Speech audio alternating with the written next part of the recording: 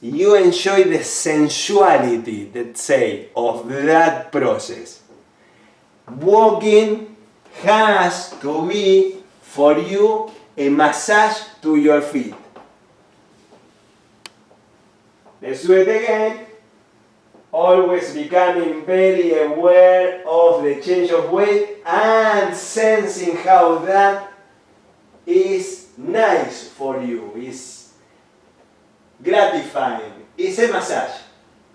Going backward, same thing. Breathing. Fill up your lungs and keep breathing with the same cycling of the walking. I will do again, going forward now. I am going a little bit more continuous. I'm going backward. Using the whole body.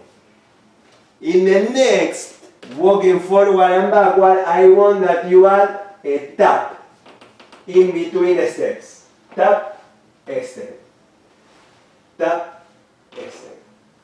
That tap is exploring that you are with all your weight on one foot. Your axis aligned on that foot that supports you.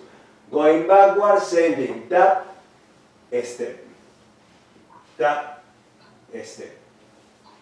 Tap, a step. One more. And resting. Good.